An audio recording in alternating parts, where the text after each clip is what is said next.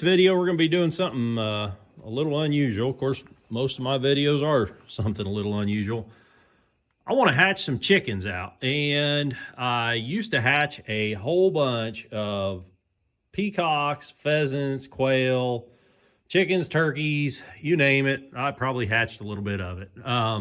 My dad got me into this a long time ago. Dad was big into it, and then he sort of took a break for a number of years, and then I can't remember if he started back into it or if I started back, and then we both sort of got back into it heavy for a number of years. And anyhow, it sort of ran its course. I got more or less tired of dealing with the people because I was selling, I was selling thousands of birds every year and dealing with people, and it just got to be a real hassle. So I got rid of most of my stuff, but I did keep a few incubators just in case. I think at one time I was running about 4 incubators all the time. And so what you see here is my downscaled version. I kept just sort of the critical few things. This is Dad's old Lehigh hatcher. I think this was the very first thing that he started with back in the 80s. So, I mean, that thing it was old when he had a hold of it and when he was using it. It works great. It still works great. I hatched my first batch of birds out with that one. This was his next sort of a big step up for him back in the 80s. This was a GQF Sportsman. This was one of the really early ones. Now the OSB looked a lot different on it originally. I redid that incubator. The cabinet had rotted out. It was left in a wet basement for a number of years, and about the bottom third of that incubator actually rotted off. So I rebuilt the cabinet for it and put it back into service. I put that plexiglass door on it. I kept the OSB door that I had made for it as well. I think the top piece of board is actually still original. I think that's the only original board still left on it. But all the metal hardware is the same. So that thing now is, it's an antique, but it works very well. And then this was just one of the ones that I had accumulated through the years. This one is an okay one.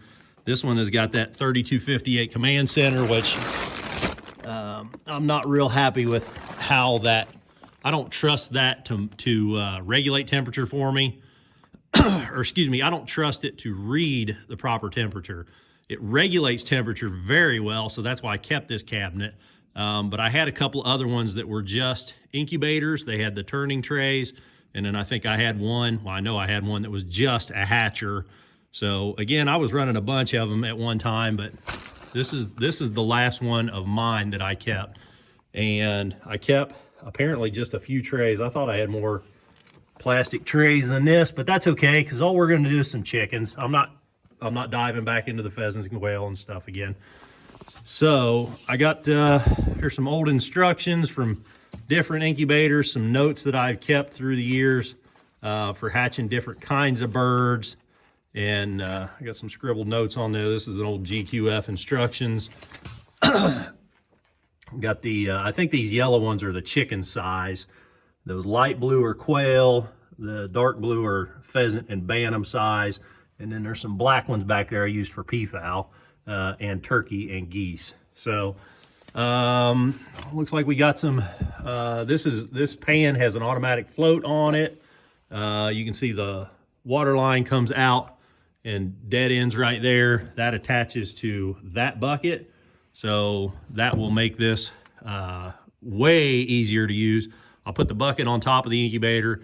It'll feed water all the time in here. There's a float valve that when the pan runs empty, and otherwise you got to refill your pan every day, so you can go on vacation or whatever and not have to worry about your incubator running out of water on you. So that's a big time upgrade. I got some miscellaneous thermometers in there. Mothballs. You guys see these mothballs? I keep packs of mothballs in my incubators. That is the only thing that I have found to keep mice out of stuff. So I keep mothballs in all my incubators. When I'm done with them for the season, I'll put mothballs in them, and it keeps mice out, because mice love to get in incubators. There's ventilation holes that are just perfect size for them to get in, that are on the back and on the sides of these things.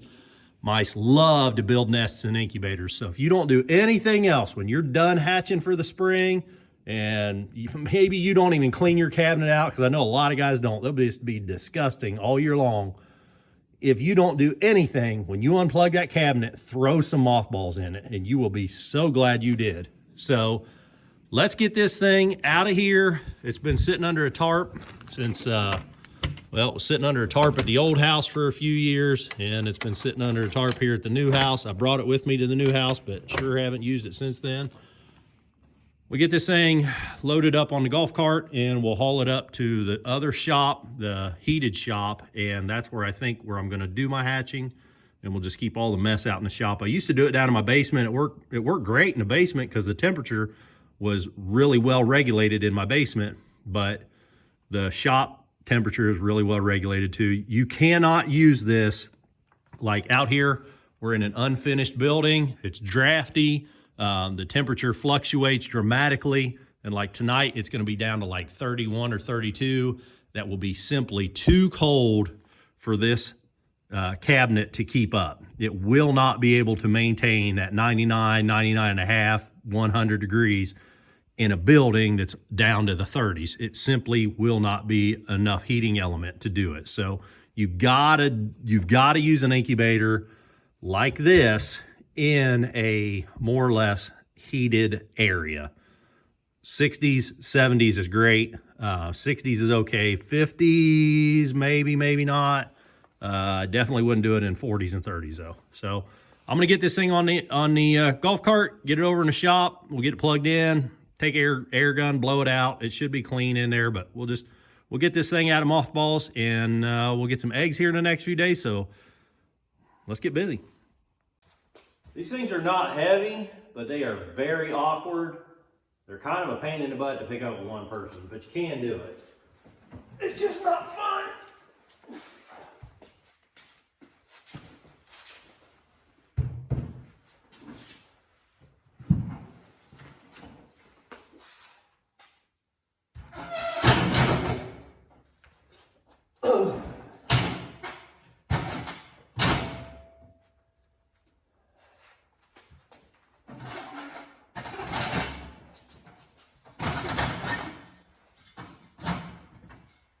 You want to set the thing up on something stable. You can leave it on the floor, but sometimes the door will drag, especially if you're in somewhere with like carpet or whatever. So I like to get them up off the ground a little bit. If nothing else, put you down a couple of 2x4s and set it on a couple of 2x4s. You definitely don't want it sitting on a cold ground. All right, so we got the cabinet opened up. I drug the air hose over here, and of course I pulled everything out first, then I blew it out with air gun. And not a whole lot came out. There was some dander that, you know, when you're hatching chicks, there's always going to be like a dust or a fluff that just dander off the chicks. So there's always that residual in there. So it was no big deal. Just a little bit of that blew out. But so I'm taking inventory of what I've got. You can never have too many thermometers. Here's a meat thermometer. I think that's another. I don't know if that's just an all-purpose. It says Rochester. I don't know what that is exactly. Here's a GQF thermometer, a couple of digital thermometers. I don't put too much stock into that one. I just keep thermometers. You can see how crusty that is. That is, I would guess that I did not clean this after the last growing season. That's just calcium buildup from our hard water here. So I will put some vinegar in this. I'll work the mechanism, and I'll soak the mechanism in vinegar. I'll probably disassemble the mechanism. You definitely want to keep this mechanism freed up. Vinegar does a real good job of cleaning all this stuff back up. So I'll soak it overnight in that. But if a lot of times what happens is if your valve sticks, it sticks closed and you end up being too dry. I haven't yet had it where my valve sticks open and I flood my incubator, knock on wood. Normally, if my valve sticks, which does happen just from the accumulation of stuff. You know, you clean this thing, I don't know, you could clean this probably regularly once every few weeks or once every hatch. Take your mechanism apart or soak it in vinegar. That'd probably be best. Normally I do it once a season, and sometimes that'll stick and I'll run too dry, but I always check my incubator every day anyhow. Again, I got some, that's off of a different different incubator. Here was some paperwork that I kept for different kinds of quail, or quail and other birds. Got any notes? No, apparently I didn't write any notes in that one. I got just a couple of little notes on that. This is the operating instructions. I don't know if this is still available on GQF's website. GQF, for you folks that don't know, they manufacture a tremendous amount, or they did, I don't know, maybe they ain't even in business. They manufacture like just about everything you need to grow some birds. So my understanding was GQF started out like, I don't know, way back in the, I don't know when, prior to the 1980s. The GQF stands for Georgia Quail Farm. So I think they started out as a quail farm and they were building their own equipment, and then they started building equipment for others. I know Dickey's Manufacturing, they made a cabinet that was nearly identical to that for a number of years. So I don't know how that worked, if Dickey's was in cahoots with GQF or GQF was in cahoots with Dickey's, and maybe somebody flaked on somebody else. I don't know what happened there, but if you've got a Dickey's cabinet incubator, they are very, very similar to the GQF incubators. Anyhow, I digress. On GQF's website, they used to have these instructions, and I would guess they still do, because I'm sure they got to still be in business. But this will give you, this is a really good chart for different kinds of birds and how to, you know, how many days to expect, what temperature, humidity, final day of egg rotation. This is actually a really accurate little chart. So this is a good thing to keep you know, in your inventory. I must have got rid of, I had way more of those egg trays. I'm guessing when I scaled way back, again, it's been, I don't know, 7 or 8 years ago, I guess. And my memory's getting bad, but I must have got rid of a bunch of stuff, because I can remember having way more thermometers, having some other small equipment. And of course, I know I sold, I don't know, I sold all my incubators, and I have bought and sold a bunch of incubators through the years. But I know I was running a lot. I was running at least 3 incubators when I quit. So I must have sold a bunch of egg trays with those other incubators, because I thought I had a whole bunch more egg trays. I'm gonna run in the house and get a spray bottle with some bleach water, and I'm gonna spray everything down with bleach water just to kill any germs that might be sort of residual in there. I'll spray down the inside of the cabinet. I'll spray down all my equipment. Of course, that's gonna get soaked in vinegar, so that will disinfect that, so I'm not real worried about that. The bucket, I'm gonna go ahead and put some vinegar water in it, because it's got some hard water scale in it a little bit too. We'll make sure that our plumbing is good. We don't want any leaks. And let's go ahead and plug this thing in. I think it'll reach. Just barely.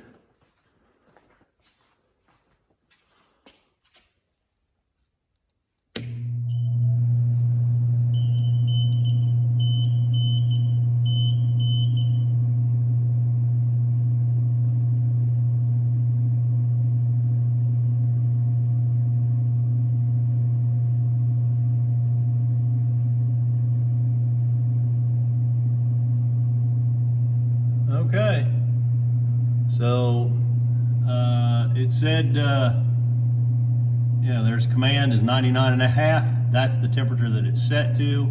The incubator temperature right now is at 58, outdoors at 52, 53, and the humidity is at 59. I don't put too much stock in that humidity reading. It's definitely too cold. So let's go ahead and shut the door. and hopefully the temperature will come up and regulate. And first things first, make sure the thing is heating, because you never know, sitting, maybe the thermostat's out of whack, or maybe the heating coil could have gone bad. I doubt it. It should just fire right up and take right off. It says outside too cold, and in fact it probably is, because I turned the heat off in the shop here a couple of weeks ago. Yeah, I got 56 degrees there, and we're gonna go ahead and fire this back up. It got up in the 70s a week or so ago, so I shut the heat off. We'll go ahead and turn the heat back on. We'll get it up to 61s, as low as that thing goes. I'm sure that incubator will like that 61 degree ambient temperature a whole lot better. And the other thing we need to do is verify that our turner is working. So to do that, for one, we can roll it over manually, but we also want to verify that the timer is working properly. So we're going to run the turner manually. These little red things are buttons, so we're going to hold that and make sure. Let's see, that didn't do anything. Come on, manual. Oh, wait a minute. Turner manual, turner automatic. Let's see, how do we do this?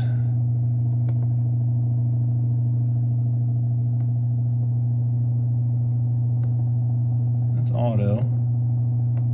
There we go. Okay. So what can happen is the timer can go bad on your turner. The motors can actually stick to, I've had that on other incubators, other GQF incubators, where the motor gets stuck. You have to take them apart and free them up. You can buy motors and you can buy timers. Well, you used to. Hopefully you still can. I'm just going to roll this all the way around one time and make sure nothing's in a bind, nothing looks funny.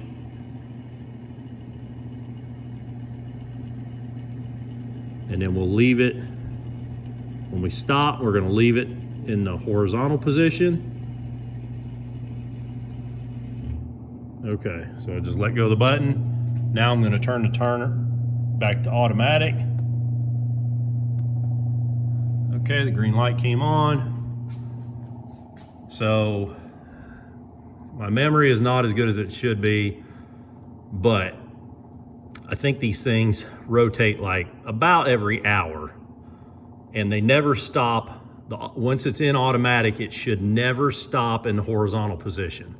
So set it, I'm gonna set it in horizontal position, and I'm gonna go do other things, and I'm periodically gonna peek in on this thing, and it should be, if I come back in 2 or 3 hours, it should definitely be leaning one way or the other by then. It should never stop automatically in the middle. So say I come back in 2 hours and it's leaning this way, and then I come back 2 hours later and it's still leaning this way, well, it might have rotated and been back, you know. So if you start in the horizontal position, come back in 2 hours and it's leaning one way or the other, you know that it's rotated automatically.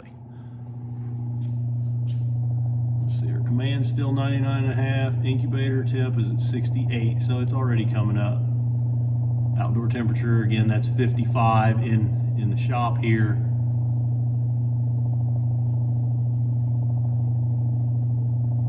And turn count, okay, so that's another way that you can sort of verify that it's working. Incubator temp 69, so it's picking up temperature, so that's good.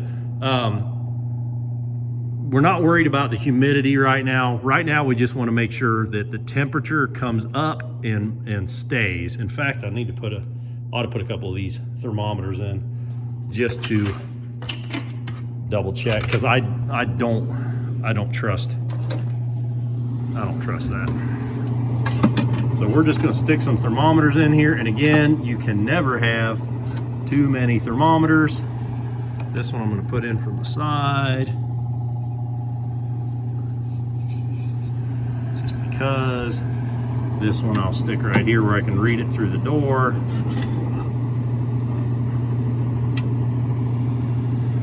And then also this one, we can read that through the door as well, hopefully. Yeah, we can see them both. Okay, hopefully they don't roll around too much. And this one being stuck in from the side, we'll be able to keep an eye on that pretty easy. Okay, I'm gonna go get some bleach water. We'll get this thing soaking in vinegar, get some things cleaned up. I'm gonna verify that these are working, so if they need new batteries or whatever. And I'm gonna clean up my egg trays also. Well, I'm in the laundry room. You can hear the washing machine running.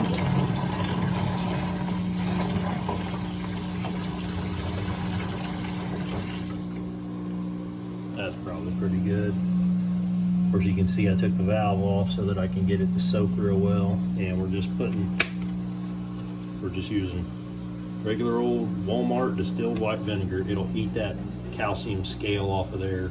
I'll work that valve. I'll let this sit overnight, and I'll work that valve tomorrow, flush that little piece of tubing out, and flush everything real good with water, and it'll be good as new.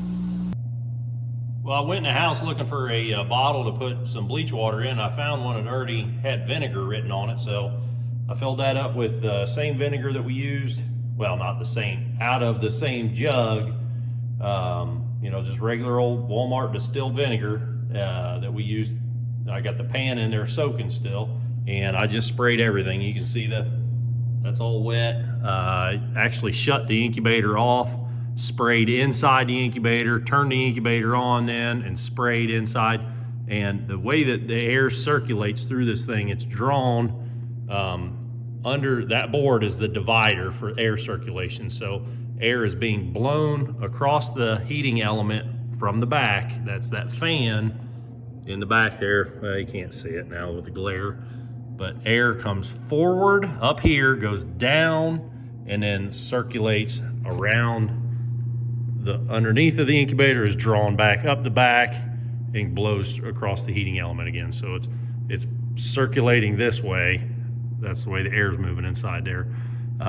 So I sprayed with the incubator off to get everything sort of covered, and then I turned the incubator on and sprayed as the fan was then drawing the air around in there. So it kind of makes an awful stink with that hot distilled vinegar then being blown around in there. But so it's circulating in there right now.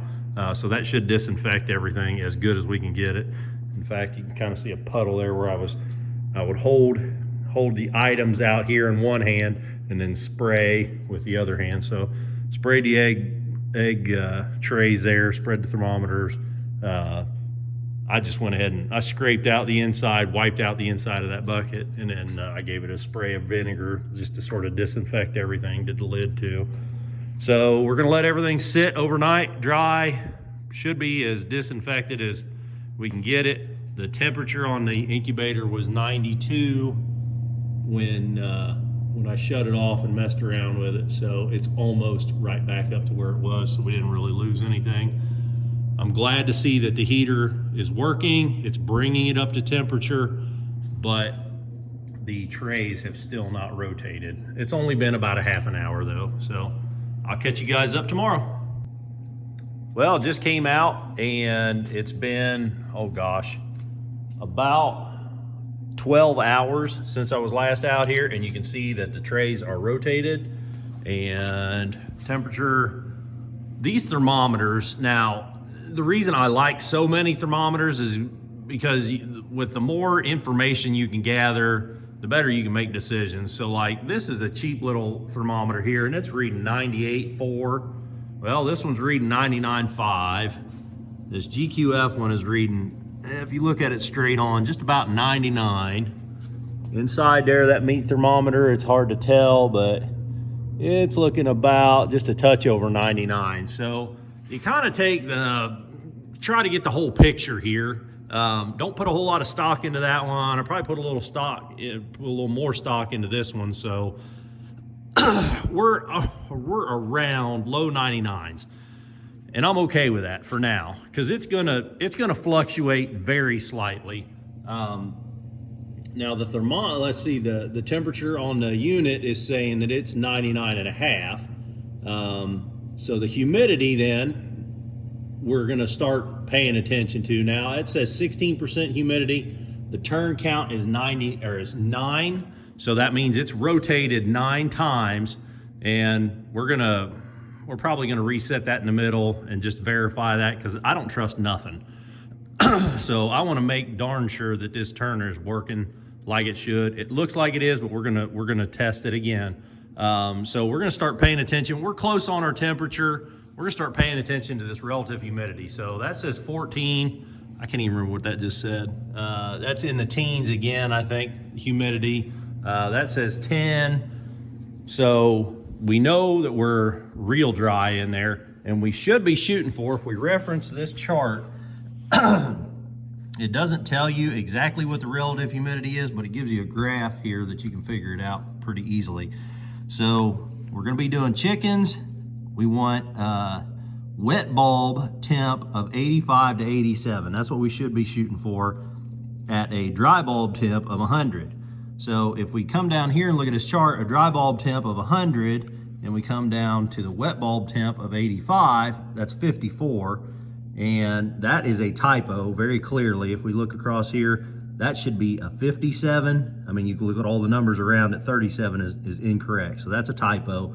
So we're looking at 54, 57, 59. That's what we really want, our high 50s, not quite 60. This area here is what we're shooting for in relative humidity.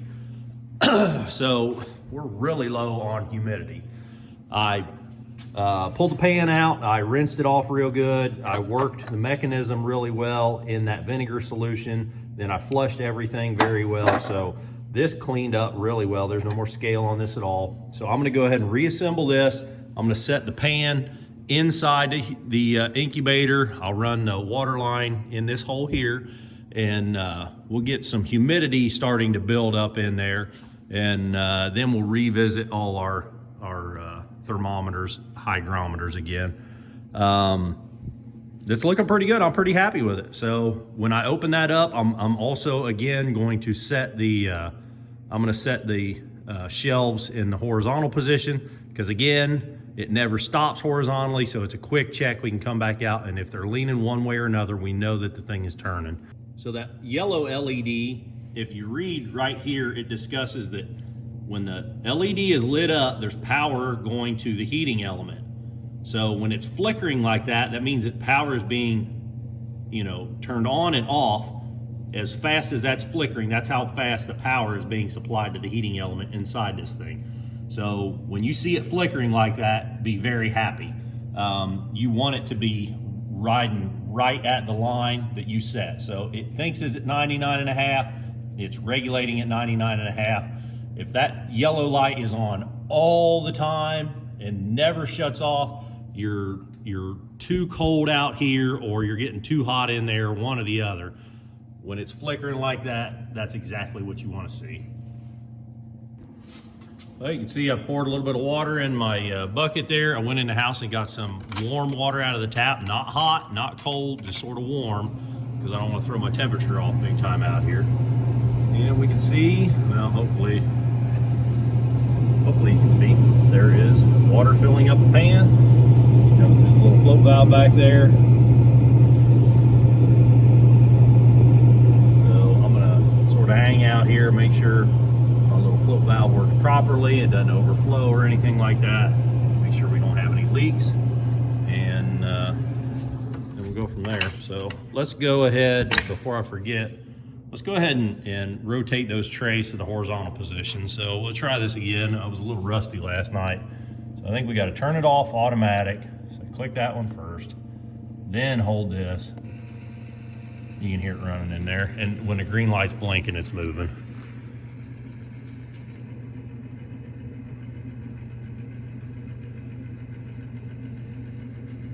So it's turning, it's just turning slow.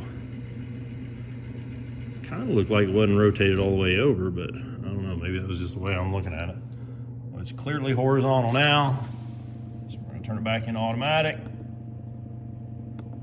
There we go. Now we're back in automatic. So I'm gonna babysit this water tank and make sure we don't have any leaks, And we'll start paying attention to our humidity. So we're already up to 25. That's great. And I'll catch you guys up here in a bit.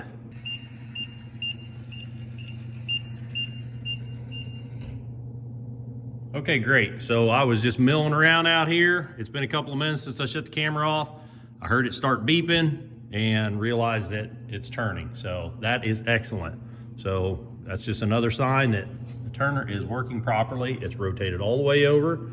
So I'm very happy with that. Well, it's been 4 or 5 hours, and you can see that now that one's reading 44% relative humidity. That one's reading 48% relative humidity. And the box there is reading 42. So I'd like to see this up something like 56 to 59. So in order to get the humidity up, what we can do is, the simplest thing to do is to block off some of the ventilation holes. So, and the easiest way to do that is put a piece of tape over it. Let's look for, I haven't looked around this thing at all the holes. So these holes back here are nearly blocked off completely. I'm gonna go ahead and I am gonna seal off that last hole there completely. And then I'll probably put a piece of tape over this hole, or at least cover half of it. And then we'll come back in a few hours and see what it looks like. Well, it's the next day again. So this has been a days-long process of getting this incubator up to temperature, up to humidity, get it set just right before we make the investment to put eggs in it. So I'm pretty happy with the temperature, how it's ranging. You see there's about 99 on that one, 99 and a half. It's about 99 and a half. Well, it is 99 and a half according to that. This thermometer is about 99, and that one's showing 101. So we're kind of between 99 and 101, which is just exactly where we want to be. So so the temperature's good, but the thing that I'm noticing is I can't get my humidity up. So 51, 53, I think that thing's reading like 45. I don't trust that too much anyhow. So we're just gonna kind of go with an average of these two. So we're shooting for about, I'd like to see it 54 to 57, something like that, relative humidity. And I have already taped this hole prior to yesterday was wide open. And there's a hole on the back side that I taped off completely. And we're getting this thing too closed up. So what I'm gonna do is I'm gonna go ahead, remove this tape that I had on there. I'm gonna take this one off. This has been on there for years. It's already closed up a little bit from that clear tape. So we're gonna leave, well, we'll just open that up. We'll peel that off too. We're gonna open that hole all the way up. So now we got a lot more air coming in. I can actually feel air being drawn in. You figure that fan is right there blowing that way. So it's gonna suck a lot of air in from that hole. And then I'm gonna pull this tape off of this hole too. I put that on yesterday. I don't want this incubator closed up so much that I don't get good air circulation, because the eggs gotta breathe. And then once the baby chicks are in there, they gotta breathe too. And if we end up loading this thing full of eggs, probably if you only put a half a dozen eggs in there, you can close it up pretty well tight and keep the humidity right where you want it. But if we load this full of eggs, we need some airflow through there. So it's gonna affect our humidity. In fact, I think it's already creeping down on according to that one. So what we're gonna do is I dug out my old supplies that I had from years ago. Oh, I got all kinds of good goodies in here. I just saw that. I didn't know I had any of them in that box, so I need to buy some of them anyhow for another project. There's another thermometer. I didn't dig through there and get that. Okay, so, but what I was looking for was these sponges and this wick. So I'm gonna take a sponge, I'm gonna take two hands and open it up, and then I'm gonna cut a piece of this wick that I bought from Cutler Supply years ago. And we're gonna open up the incubator, and I'm gonna show you what we're gonna do to better monitor the humidity and also help to bring it up. Yeah, that's definitely dropping. So we're getting a lot more air. Yeah, I can really feel air being blown out there now. So we're getting, our warm moist air is blowing out. So we need to up the moisture in there. I'm gonna take two hands and I'll show you what we're gonna do. Okay, so again, because we're opening up these holes, we need to increase the humidity in there. And right now the humidity is only being generated from the surface area of this pan. So we need to increase the surface area of water that the fan is blowing across. And a cheap way to do that is with a big sponge like this. These came from the dollar store, and it's been years ago, but it's still nice and supple. I'm just gonna slide it in here. Now, the manufacturers, the incubator companies will sell you a wick. They call it a hatching wick or something like that. It's like a wafer. It's essentially, it's like a big sponge that you drop in this pan, and that's what those slots are for. I think that sort of holds it up. But this sponge is gonna do the same thing. In fact, we're just gonna go ahead and soak it real good right off the bat. The idea is to increase the surface area that fan is blowing across of water. And this sponge will wick water up constantly, and it's right in front of that fan, so it's going to increase the humidity in there pretty dramatically. So we need the airflow. It's a balancing act. We need the airflow, so we got to open up some vents, but we need the humidity to be trapped in there as much as possible, so that's why we're doing that. If that's not enough, now with this vent open, that vent open in the back, that's all the vents I'm going to open. That's pretty well open. If that one sponge does not increase the relative humidity in there as much as I want, then I'm going to add another sponge. And if that won't do it, I'll add another one. I'll just keep stacking up sponges, making more surface area, and the humidity will go up. The other thing that we're going to do while we're in here, this is wick material that I pick up from Cutler Supply, and it's a cotton, basically it's a tube sock that just doesn't have a toe on it. So you can buy this stuff on a big spool. They'll sell it to you. You can see I bought 1 yard. It's fairly inexpensive if you're gonna place an order for other supplies anyhow. It's good stuff to keep on hand. I'm just gonna go ahead and soak that, get it wet, and this wick slides over your thermometer. Taking 2 hands here, sort of hold it. I'm gonna take this bread twist tie, it's just a loaf of bread. I'm gonna twist that on there just so it doesn't want to slide off. And that wick then is draped down into the water. So that wick is gonna draw moisture up, and it's gonna keep the end of our thermometer wet. And with that, we're gonna get a wet bulb reading. So now, rather than reading 99, 99 and a half, around 100, we're going to be looking for a wet bulb, which would be a humidity reading. So here we go, humidity wet bulb. So now we're going to use the same thermometer we've been using. We're going to be looking for 85 to 87. That's going to be the wet bulb temperature, which corresponds to about 54% relative humidity. So I'm going to go ahead and put that twister tie on there. We'll let this thing settle out for a few hours, and I'll update you with how our humidity is doing. Well, it's a couple days later, and the humidity readings still seem to be kind of all over the place. I got 46, 48. That wet bulb is reading 91, and over here, 41%. So 46, 48, 41. If we look at that wet bulb reading at 91, though, that comes up to about 71% relative humidity. So we're gonna maybe call that a sort of a outlier, and maybe sort of take an average of the others, 48, 46, 41.